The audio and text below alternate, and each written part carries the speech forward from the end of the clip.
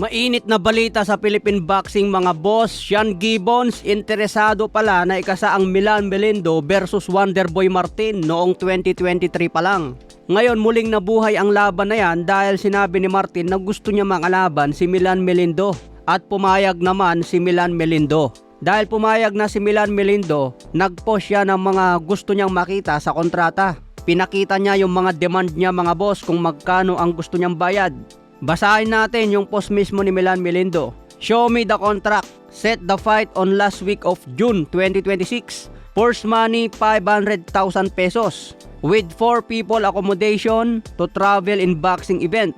If you can't, then let the vlogger boxing analyst help you to pay that to make it happen. Sila yung nagpapasabong. Dapat mag-contribute sila para magkaalaman. Kahit saang venue gaganapin ang laban, 10 rounds if hindi international or regional championship.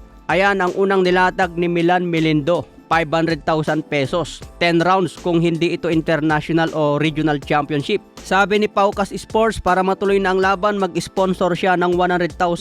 Napakomment naman si Silver Boys at sabi niya napilitan yung note pa. Nag-reply si Milan Melindo mga boss. Sabi niya, di mo alam ang deep ng boxing.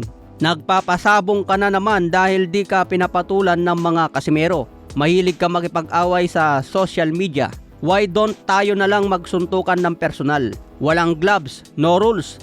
Ang pangit mong tao, masama ugali mo para lang sa pera, Silver Boys. Ayan mga boss, biglang inamon na ni Milan Melindo si Silver Boys. At ngayon nag-rebat si Silver Boys at ito ang kanyang pahayag. Dahil po dito sa pag-iyak ni Notpa. Una sa lahat, Notpa. Ako pa daw ang hinahamon mo ngayon. No gloves, no rules. Siguro din mo kaya mong gawin yan. Sige ka mo. Siguro din mo lang nagagawin mo yan ha. Ayoko nang pag nagkita tayo, hindi mo yan gagawin. Siguro din mong gawin mo yung mga sinasabi mo sa akin. Papakatangan mo ko na ako ang nagpapagulo ng Philippine boxing. Sino bang una nagsabi na easy work lang si Carla Mes Martin? Nananahimik yung bata namin. Focus. O tapos ikaw, nagpapapansin ka. Kanina lamang mga boss, nag-post si Milan Melindo. Sabi niya, if di ko magustuhan ang kontrata, I will not accept it. Matagal na ako sa boxing industry. What I posted is for the bait pa lang yan.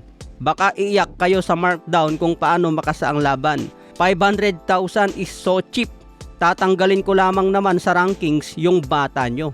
Ayan mga boss, yung nilatag pala ni Milan Melindo na 500,000, cheap daw yun. Kung baga pampapahin lang. Tatanggalin lang niya si Wonderboy sa rankings ng super bantamweight. Sinabi rin ni Milan Melindo na easy work lang si Wonderboy at gusto niyang tanggalin sa rankings. Pero yung unang demand niya na 500,000, tinawag na niya ngayon na cheap lang. So ano ang masasabi nyo tungkol dito mga boss?